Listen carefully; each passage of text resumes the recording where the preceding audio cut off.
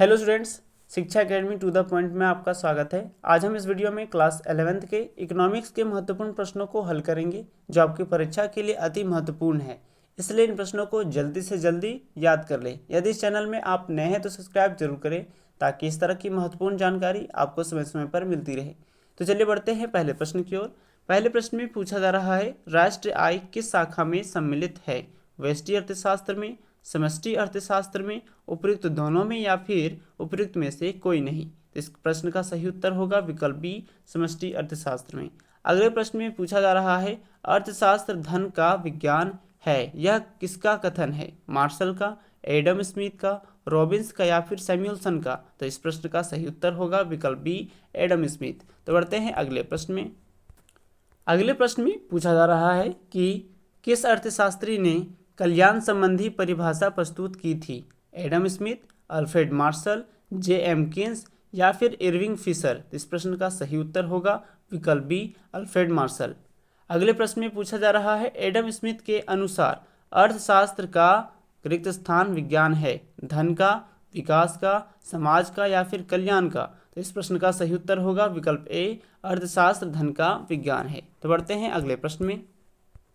पांचवें प्रश्न में पूछा जा रहा है कि सांख्यिकी का जन्मदाता है? मार्शल, बाउले, गॉटफ्राइड आकेनवाल या फिर इनमें से कोई नहीं? इस प्रश्न का सही उत्तर होगा विकल्प सी, गॉटफ्राइड आकेनवाल सांख्यिकी का जन्मदाता है। अगले प्रश्न में पूछा जा रहा है, सांख्यिकी से अभिप्राय है? समंक, सांख्यिकीय विधियां, दोनों या फिर इनमें से कोई नहीं? इस प्रश्न का सही उत्तर होगा विकल्प सी, ए और बी दोनों। तो बढ़ते हैं अगले प्रश्न में। अगले प्रश्न में पूछा जा रहा है कि सांख्यिकी क्षेत्र में सम्मिलित है सांख्यिकी की विषय सामग्री, सांख्यिकी का स्वभाव, सांख्यिकी की सीमाएं या फिर उपयुक्त सभी? तो इस प्रश्न का सही उत्तर होगा विकल्प डी, उपयुक्त सभी। अगले प्रश्न में पूछा जा रहा है, सांख्यिकी का कार्य है? जटिलता को सरल बनाती है, समंक तथ्यों के समूह, समंकों से अभिव्यक्ति या फिर उचित स्तर की परिशुद्धता? तो इस प्रश्न का सही उत्तर होगा विकल्प ए, सांख्यिकी का क्या कार्य है? तो जटिलता को सरल बनाना। तो बढ़ते हैं अगले प्रश्न में। अगले प्रश्न में पूछा जा रहा है कि प्राथमिक समंक होते हैं मौलिक, संकलित, दोनों या फिर इनमें से कोई नहीं? इस प्रश्न का सही उत्तर होगा विकल्प ए, मौलिक। अगले प्रश्न में पूछा जा रहा है, अनुसंधानकर्ता संग्रह करता है? प्राथमिक आंकड़े, द्वितीयक आंकड़े, तृतीयक आंकड़े या फिर इनमें से कोई नहीं? इस प्रश्न का सही उत्तर होगा विकल्प ए, प्राथमिक आंकड़े। तो बढ़ते हैं अगले प्रश्न में। 11वें प्रश्न में पूछा जा रहा है कि आंकड़ों के स्रोत हैं केवल प्राथमिक, केवल द्वितीयक, ये दोनों या फिर इनमें से कोई नहीं? तो आंकड़ों के कौन से स्रोत है? तो इस प्रश्न का सही उत्तर होगा विकल्प सी, केवल प्राथमिक और केवल द्वितीयक, ये दोनों।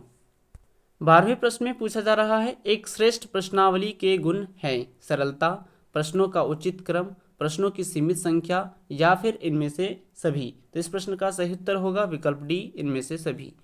तो बढ़ते हैं अगले प्रश्न में।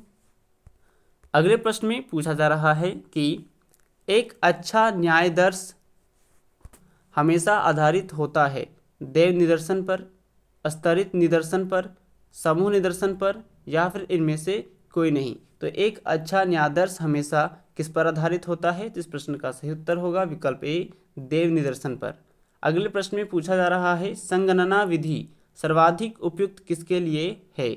सजातीय समंक, विजातीय समंक, सभी समंक या फिर इनमें से कोई नहीं? तो इस प्रश्न का सही उत्तर होगा विकल्प बी, विजातीय समंक। तो बढ़ते हैं अगले प्रश्न में। 15वें प्रश्न में पूछा जा रहा है कि समग्र के एक छोटे से भाग को क्या कहते हैं? जनगणना, निदर्श या प्रतिदर्श, राज्य या फिर प्रश्नावली? तो इस प्रश्न का सही उत्तर होगा विकल्प बी, निदर्श या प्रतिदर्श। अगले प्रश्न में पूछा जा रहा है, भारतीय सांख्यिकी संस्थान कहाँ स्थापित है? दिल्ली में, चेन्नई में, मुंबई में या फिर कोलकाता में? तो इस प्रश्न का सही उत्तर होगा विकल्प डी, कोलकाता में। तो बढ़ते हैं अगले प्रश्न में। अगले प्रश्न में पूछा जा रहा है कि जनगणना की विशेषताएं हैं? व्यापकता, नियमितता, निश्चित क्षेत्र या फिर उपयुक्त सभी? तो इस प्रश्न का सही उत्तर होगा विकल्प डी, उपयुक्त सभी। अगले प्रश्न में पूछा जा रहा है, भारत में जनगणना होती है? तो भारत में जनगणना होती है प्रत्येक 10 वर्ष बाद। इस प्रश्न का सही उत्तर होगा विकल्प ए। तो बढ़ते हैं अगले प्रश्न में। अगले प्रश्न में पूछा जा रहा है कि एनएसएस की स्थापना हुई 1960 में, 1970 में, 1930 में या फिर 1950 में। तो इस प्रश्न का सही उत्तर होगा विकल्प ए 1960 में। अगले प्रश्न में पूछा जा रहा है वर्गीकरण सूचित करता है समंकों की समानता, समंकों की असमानता या फिर ए और बी दोनों या फिर इनमें से कोई नहीं। तो इस प्रश्न का सही उत्तर होगा विकल्प सी दोनों। तो बढ़ते हैं अगले प्रश्न में। 21वें प्रश्न में पूछा जा रहा है कि वर्गीकरण आंकड़ों को व्यवस्थित करने की प्रक्रिया है विभिन्न स्तंभों में, विभिन्न पंक्तियों में, विभिन्न स्तंभों व पंक्तियों में या फिर विभिन्न वर्गों से संबद्ध तथ्यों के समूहन की। तो इस प्रश्न का सही उत्तर होगा विकल्प डी विभिन्न वर्गों से संबद्ध तथ्यों के समूहन की। अगले प्रश्न में पूछा जा रहा है दो चरों के बारंबारता वितरण को इस नाम से जानते हैं एकल विचार वितरण, द्विविचार वितरण, बहुचर वितरण या फिर उपरोक्त में से कोई नहीं। तो दो चरों के बारंबारता वितरण को किस नाम से जानते हैं? तो इस प्रश्न का सही उत्तर होगा विकल्प बी द्विविचार वितरण। तो बढ़ते हैं अगले प्रश्न में। 23वें प्रश्न में पूछा जा रहा है कि निम्न में से कौन सा चर खंडित है वजन, ऊंचाई, छात्रों की संख्या या फिर इनमें से कोई नहीं। तो इस प्रश्न का सही उत्तर होगा विकल्प सी छात्रों की संख्या। अगले प्रश्न में पूछा जा रहा है वर्गीकृत आंकड़ों में सांख्यिकी परिकलन आधारित होता है प्रेक्षणों के वास्तविक मानों पर, उच्च वर्ग सीमाओं पर, निम्न वर्ग सीमाओं पर या फिर वर्ग के मध्य बिंदुओं पर। तो इस प्रश्न का सही उत्तर होगा विकल्प डी वर्ग के मध्य बिंदुओं पर। तो बढ़ते हैं अगले प्रश्न में। 25वें प्रश्न में पूछा जा रहा है कि बहुगुण सारणी में होती है एक विशेषता, दो विशेषताएं, बहुत विशेषताएं या फिर उपयुक्त में से कोई नहीं। तो इस प्रश्न का सही उत्तर होगा विकल्प सी बहुत विशेषताएं। अगले प्रश्न में पूछा जा रहा है सारणी के प्रारूप है सारणी संख्या, शीर्षक, मुख्य टिप्पणी या फिर उपयुक्त में से सभी। तो इस प्रश्न का सही उत्तर होगा विकल्प डी उपयुक्त में से सभी। तो बढ़ते हैं अगले प्रश्न में। अगले प्रश्न में पूछा जा रहा है कि आंकड़ों के चित्र निरूपण का उद्देश्य है संघनीकरण, संक्षिप्तीकरण, प्रस्तुतीकरण या फिर इनमें से कोई नहीं। तो इस प्रश्न का सही उत्तर होगा विकल्प सी प्रस्तुतीकरण।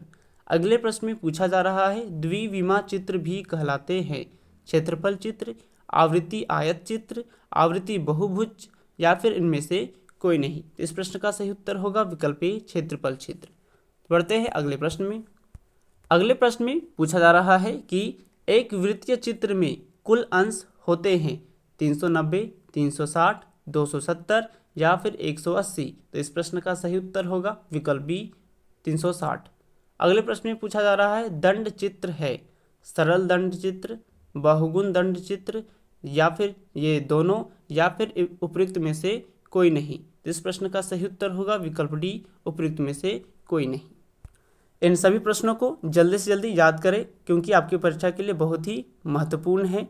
यदि यह वीडियो अच्छा लगा हो तो लाइक शेयर एंड सब्सक्राइब करना ना भूलें। फिर मिलते हैं अगले वीडियो में नए प्रश्नों के साथ। धन्यवाद।